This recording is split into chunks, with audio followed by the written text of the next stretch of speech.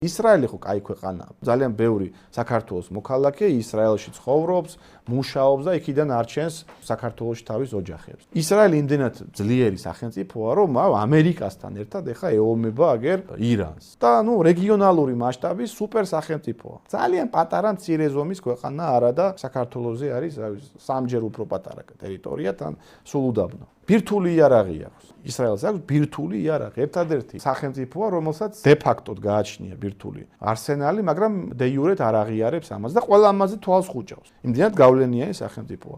შენ იცი, რომ რეალურად ისრაელი არის რელიგიური სახელმწიფო. ისრაელი მოქმედებს რელიგიური მოტივაციით. თითოეული მისი გადაწყვეტილება რელიგიური მოტივით არის განსაზღვრული. ეგ მარტო ჩვენ ვართ. ჩვენ დავიჯერეთ საქართველოში, რომ რელიგია არაფერს არ ნიშნავს.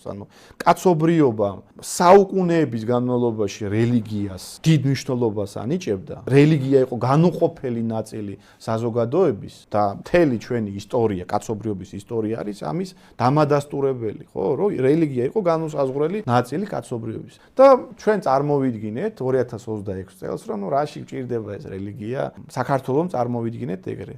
და რა მივიღეთ შედეგად? რამე კარგი მივიღეთ?